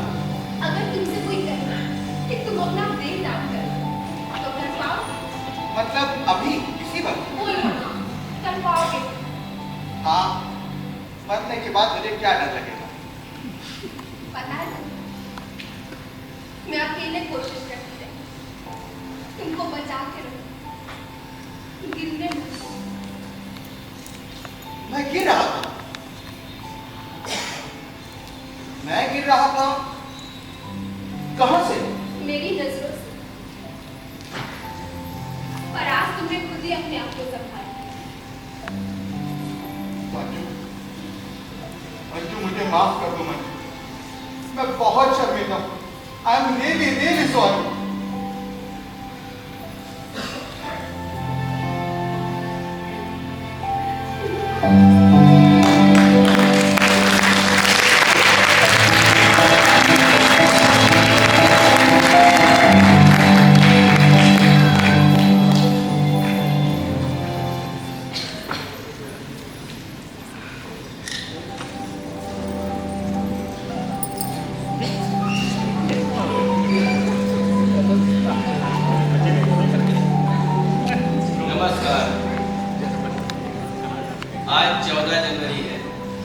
मकर संक्रांति का दिन, और आज सूर्यवीर सिंह रणरावत यानी हमारे बड़े भाई साहब ने पूरे गांव के लोगों के लिए भोज रखा है, और आज ही हम सब देहदान का पर्चा भरने वाले हैं। जी हाँ, चाचा जी बिल्कुल ठीक है। हम सब देहदान का पर्चा भरते हैं, क्योंकि मानव कल्याण के लिए देहदान से बड़ा दान नहीं हो सकता। जल्दी के लिए गाँव वाले इकट्ठा हो रहे हैं। हाँ चलो चलो चलो चलो। अरे वो भाई साहब कहाँ है? भाई साहब वो मेहमानों को खाना खिला रहे हैं। बिगड़ी, मामा जी, आई।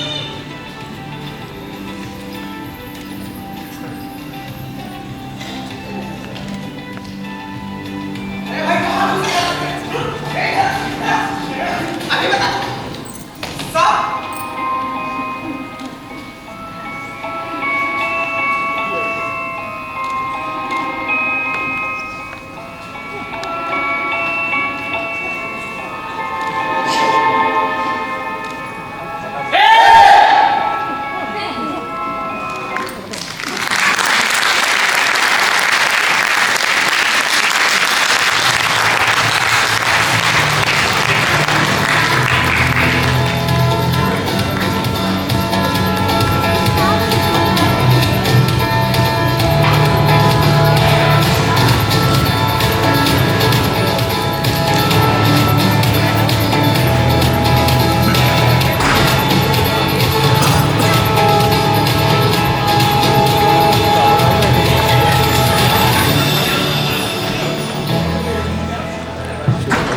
तो ये थी आज की प्रस्तुति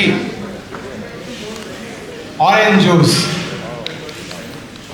आप सब लोगों ने देखा मार्मिक प्रस्तुति चंद्रवास की नॉर्मली जैसी हुआ करती हैं प्रस्तुति। आदरणीय श्री पवन सिंह जी,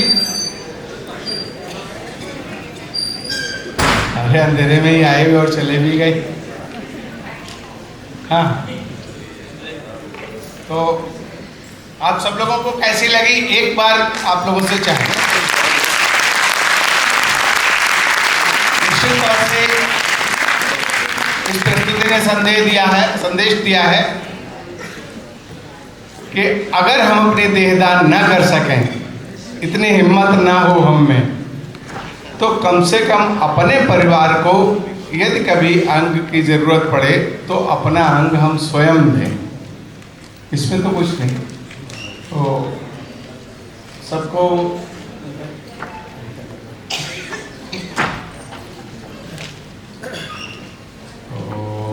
क्या सर आदरणीय विष्णु जी से अनुरोध है कि कृपया मंच पर आने का कष्ट करें। श्री आदर्श जी, आपको एक मोमेंटो प्रस्तुत देंगे, सम्मान करने का कष्ट करें। श्री गिरीशन जी, गिरीशन जी बस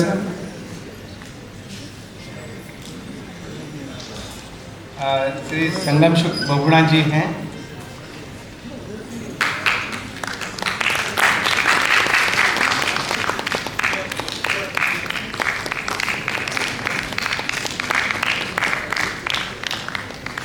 श्री जयशंकर जी,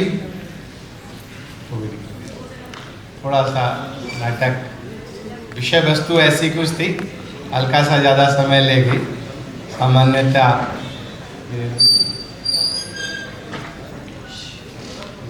आदरणीय श्री विष्णु जी,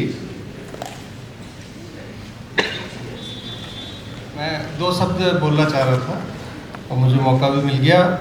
आप सबके जो यहाँ पे टिकट लेकर आए हैं, पैसे खर्च किए हैं, सच बताइएगा पैसे वसूल हैं? नंबर 1।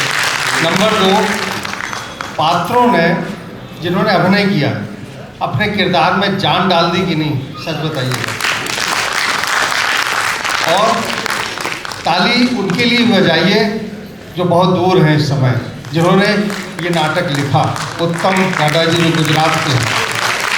और ताली बजाइए इस नाटक के निर्देशक के नाम पर, चंद्रभाष, जिन्होंने इस नाटक को डायरेक्ट किया। वास्तव में मैं एक लेखक हूँ, एक लेखक के नाते से कह सकता हूँ कि मैं कहानी लिख रहा हूँ, बहुत सारे लोग कहानियाँ लिख रहे हैं, पर उस कहानी को जो मांझने का काम है वो एक डायरेक्टर ही बहुत अच्छे से करता है, जो चंद्रभाष ने किया।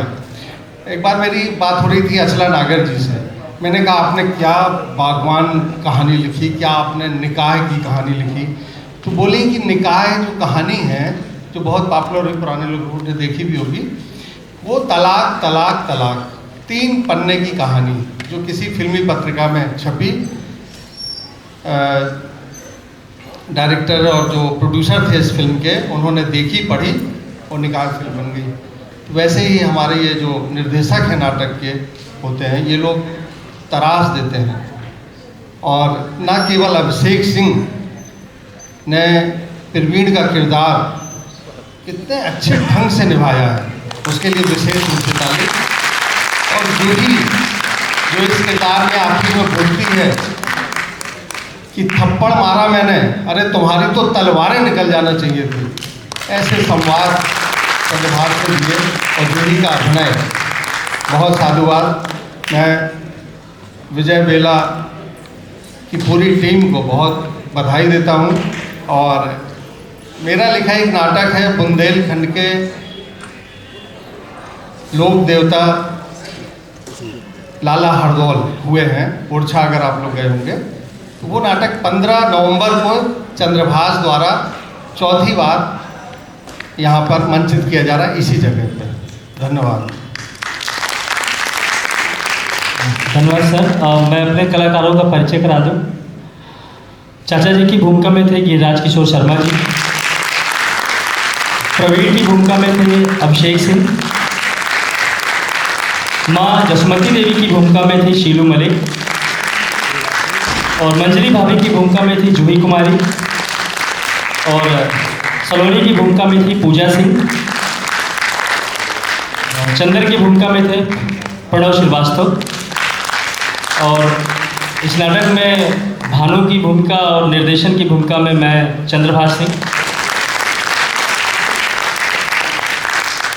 ये अब नाटक के बारे में आप लोगों ने देख ही लिया तो मुझे बोलने की ज़रूरत नहीं है। आप लोग आए, टिकट लेकर के आए, इसके लिए मैं आप सभी लोगों का थैंक्स बोल रहा हूँ।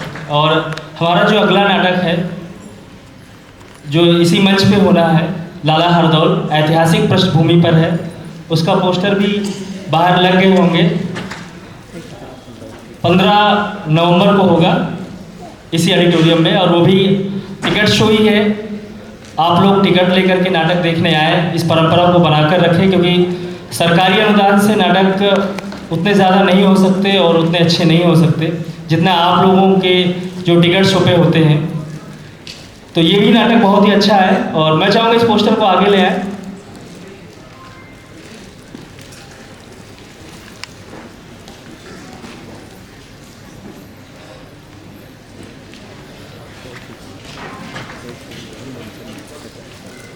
ये हमारी आगामी नई प्रस्तुति है, लाला हरदौल बुंदेलखंड के लोक देवता है।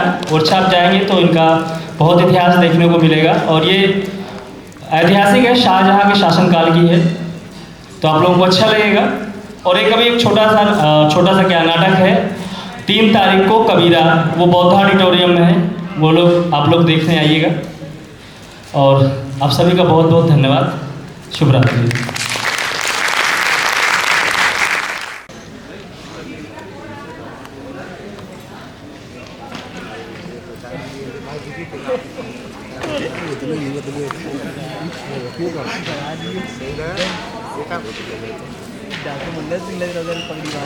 मत लग रही है ना, आपने क्या लाभ देखा यार, काफ़ी टाइम हो गया।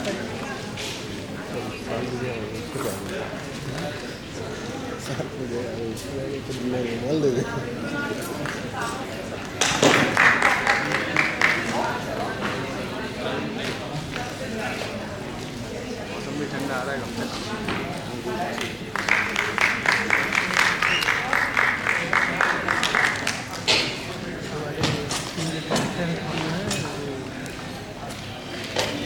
मीना गुप्ता में वो है क्या